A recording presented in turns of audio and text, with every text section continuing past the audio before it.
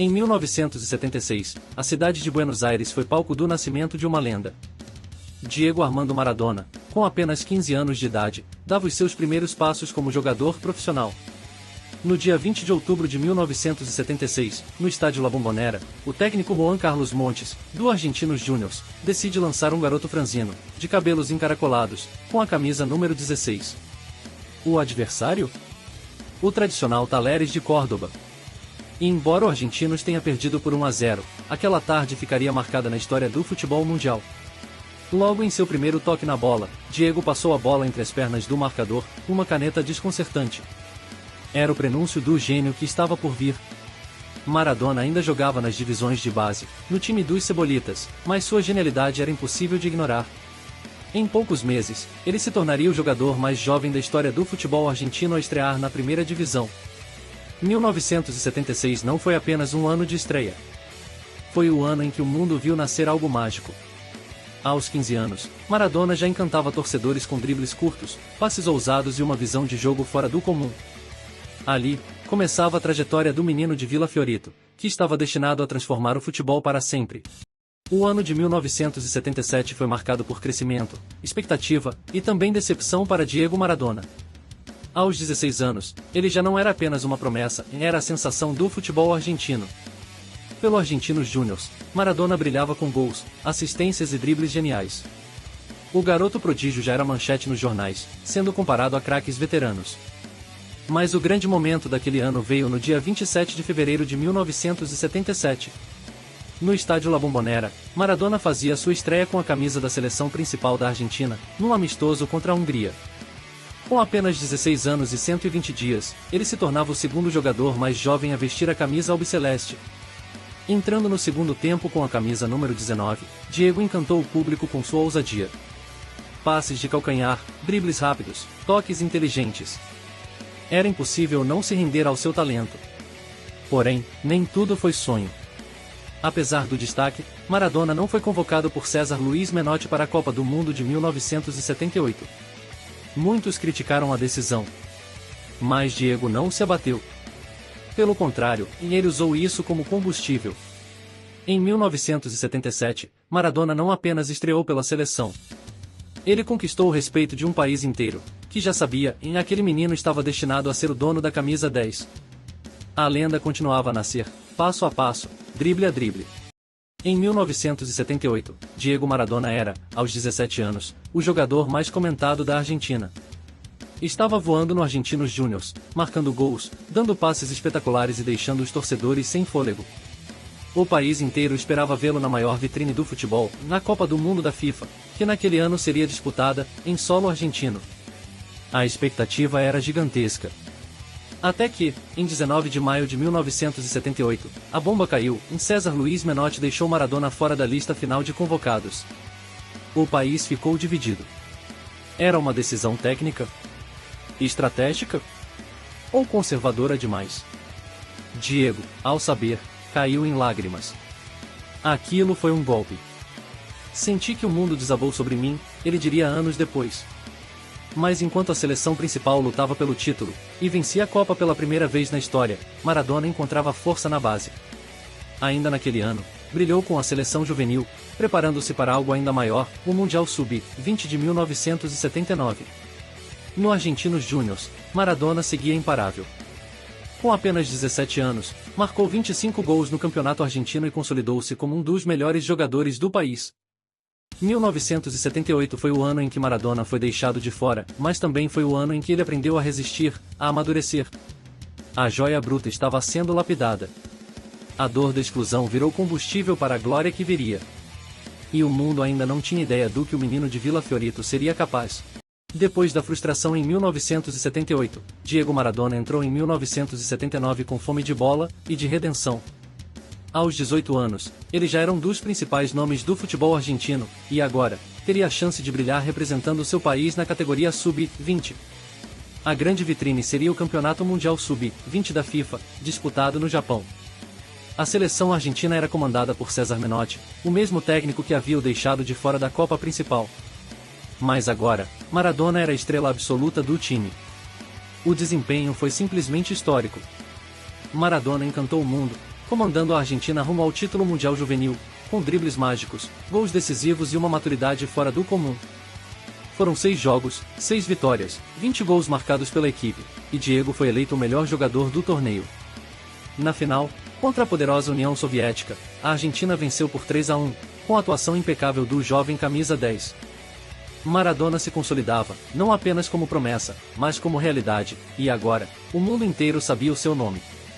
Enquanto isso, no Argentinos Júniors, ele continuava dando show. Terminou o ano como um dos artilheiros do campeonato nacional, com 14 gols. A Europa começava a prestar atenção, mas Diego ainda tinha muito para viver em solo argentino. 1979 foi o ano em que Maradona deixou de ser apenas um menino talentoso. Ele se transformou em símbolo de esperança, de garra, de genialidade. O rei da juventude havia conquistado o mundo, e estava apenas começando. Em 1980, Diego Maradona era, aos 19 anos, o jogador mais desejado da Argentina.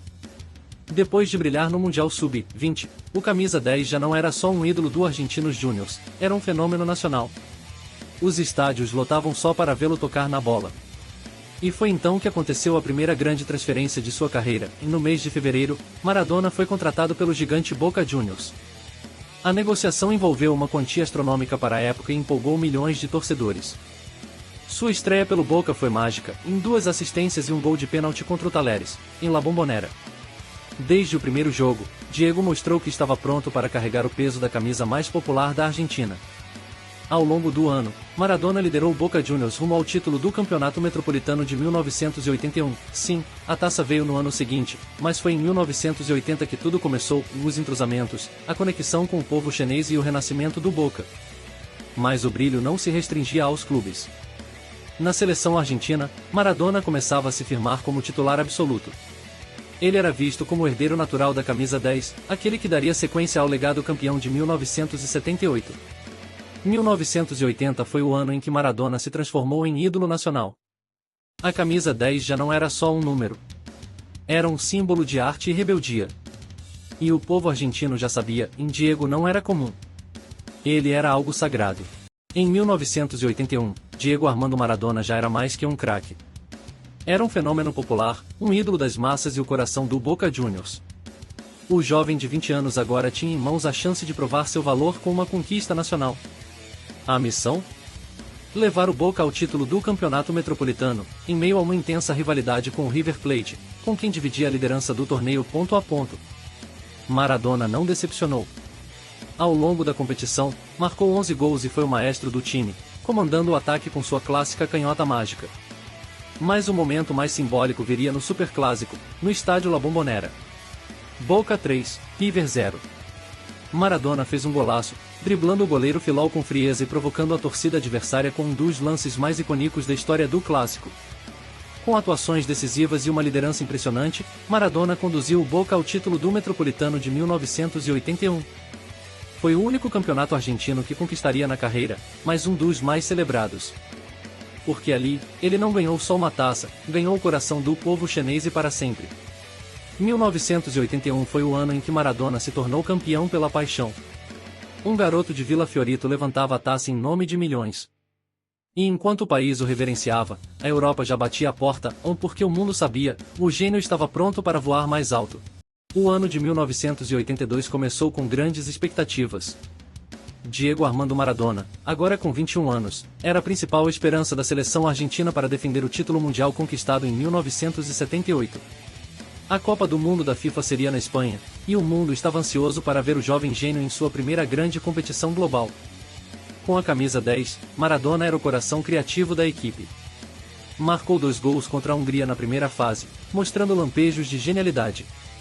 Mas na segunda fase, contra adversários duríssimos, Itália e Brasil, a Argentina caiu.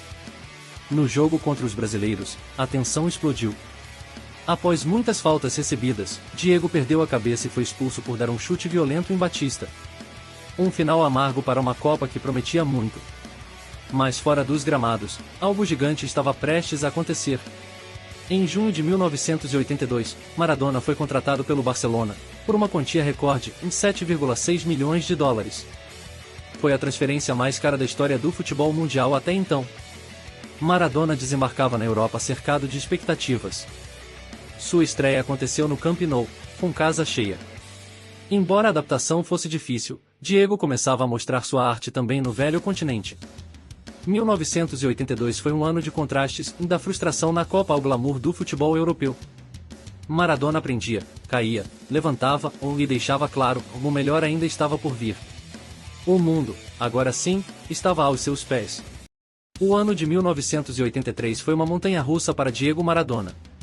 No Barcelona, ele começava a mostrar ao mundo o porquê de ser chamado de gênio. Dribles curtos, passes milimétricos, gols que incendiavam o Camp Nou.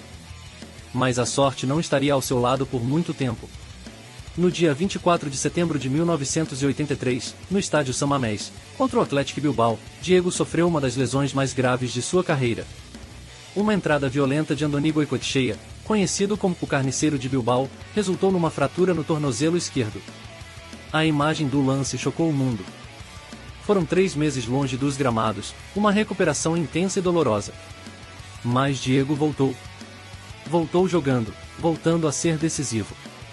E mesmo lesionado parte da temporada, ajudou o Barcelona a conquistar a Copa da Liga Espanhola e a Supercopa da Espanha naquele ano. Mas o ambiente fora de campo começava a se desgastar. As polêmicas aumentavam, os atritos com a diretoria cresciam, e Diego já não se sentia em casa na Catalunha. Ainda assim, a magia resistia. 1983 foi o ano em que Maradona caiu, e se levantou. Com dores, cicatrizes e sangue no gramado, ele provou que nem os ossos quebrados podiam conter sua paixão pelo jogo. O gênio estava ferido, mas continuava indomável. 1984, depois de um período conturbado no Barcelona, marcado por lesões, conflitos internos e tensão com a diretoria, Diego Maradona precisava de um novo começo. A relação com o clube catalão havia se esgotado, e o estopim veio em um jogo violento contra o Athletic Bilbao, na final da Copa do Rei. Ao fim da partida, uma confusão generalizada estourou. Maradona reagiu às provocações com socos, chutes e até cabeçadas. As cenas correram o mundo. E ali, diante de 100 mil pessoas no Santiago Bernabéu, o ciclo de Diego na Espanha chegava ao fim. Pouco tempo depois, veio a surpresa, e Maradona seria transferido para o Napoli, um clube do sul da Itália que nunca havia conquistado o título da Série A. A imprensa italiana duvidava. Os torcedores do norte zombavam. Mas os napolitanos acreditaram. No dia 5 de julho de 1984, Diego foi apresentado no estádio São Paulo, diante de mais de 75 mil pessoas em êxtase. Era um show, não uma coletiva. Fogos, bandeiras, cânticos e o início de uma das histórias de amor mais intensas do futebol mundial. 1984 foi o ano da ruptura. Mas também foi o ano do renascimento. Maradona deixava para trás as dores da Espanha e encontrava em Nápoles um novo lar. Um lugar onde seria mais que um jogador. Seria um deus popular. E o mundo ainda não tinha visto nada. 1985, Diego Maradona agora vestia azul. O azul de um povo esquecido, de um time desacreditado, de uma cidade faminta por glória. Nápoles, no sul da Itália, era o oposto do glamour de Milão ou Turim. Era paixão crua, suor e devoção.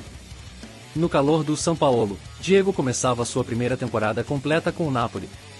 A adaptação foi difícil, a defesa italiana era dura, os campos pesados, e o preconceito contra os sulistas, ainda maior. Mas Maradona não recuava. Pelo contrário, lutava com a bola nos pés e o orgulho no peito. Mesmo com um elenco modesto, Diego levou o Napoli à 8ª colocação na Série A, seu melhor desempenho em anos. Foram 14 gols no campeonato, dribles desconcertantes e atuações mágicas, como contra a Juventus, quando marcou um gol de falta de ângulo impossível, um lance que virou símbolo da sua ousadia. Mas mais do que números, Maradona começava a mudar a mentalidade do clube. Ele exigia reforços, organização e respeito. Mostrava que o Napoli podia sonhar mais alto. Pela primeira vez, o sul da Itália acreditava que podia enfrentar os gigantes do norte de igual para igual. 1985 foi o ano da semente. Diego ainda não era campeão, mas já era líder, símbolo e esperança. Um novo império começava a ser erguido no sul da Itália. E o rei já tinha nome, em Diego Armando Maradona.